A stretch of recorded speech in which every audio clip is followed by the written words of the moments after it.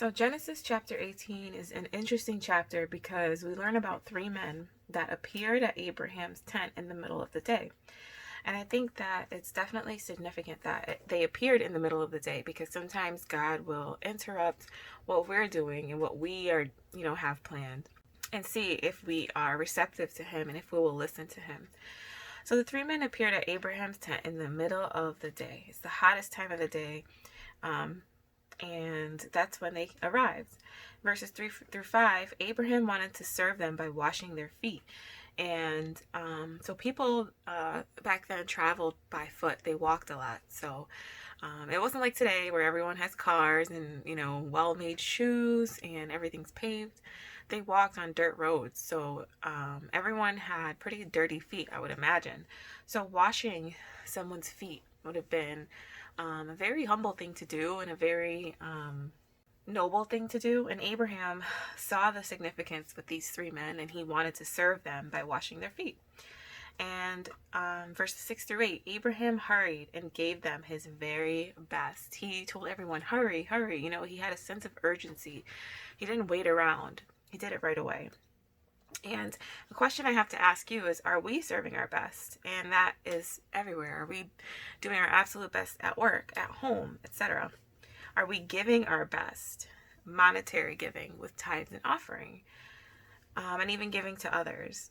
And verses 9 through 13, he said, where is your wife? Which is Sarah. That was verse 9.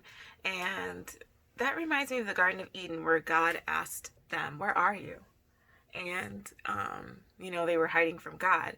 God knows everything. He just asks to see if we will come to him.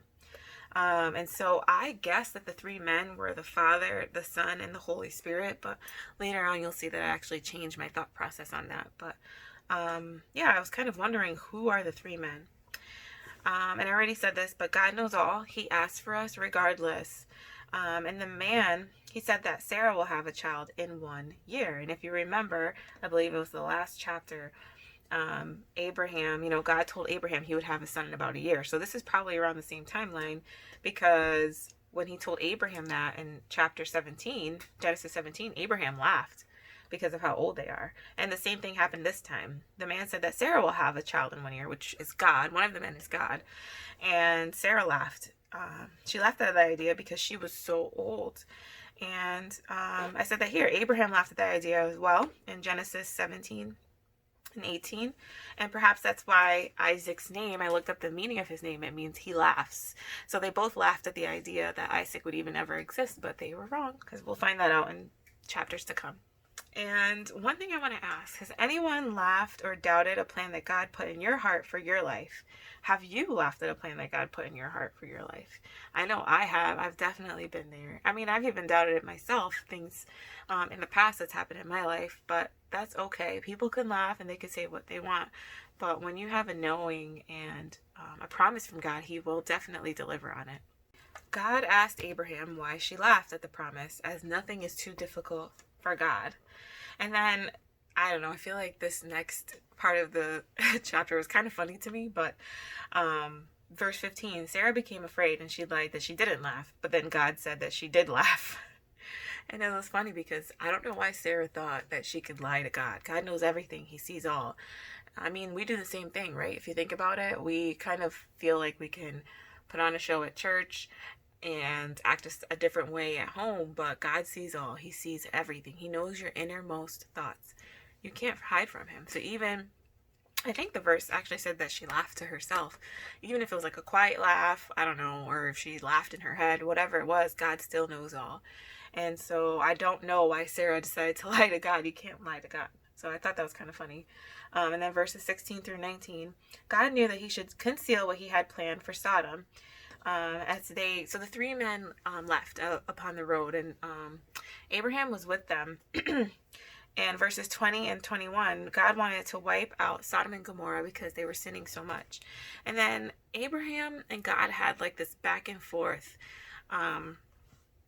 Abraham asked God if he would wipe away Sodom for the sake of 50, 45, 40, 30, 20, and 10 people. And this is all separate. I'm just condensing it here because we're just doing an overview. But if you read that part, you'll see that Abraham asked Would you save Sodom for the sake of 50 righteous men? For the sake of 40 righteous men?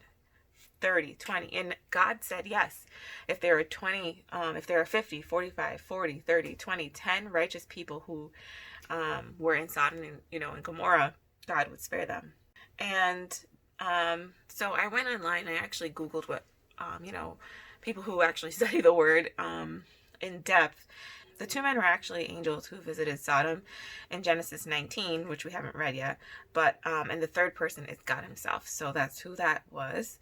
And Abraham was persistent with his prayer when he was asking God with the for the sake of 50 and 45 and 40 and 30 people. He was persistent. He was specific, and God didn't get mad at him. I think, if you have kids, sometimes they ask you the same question over and over. I have a little kid who always asks me the same question over and over and over and over, and sometimes it may get a little annoying.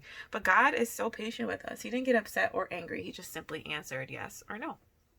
And that was it. And then when he, finally Abraham kind of just turned around and left and went back to where he was supposed to be. Abraham returned to his place.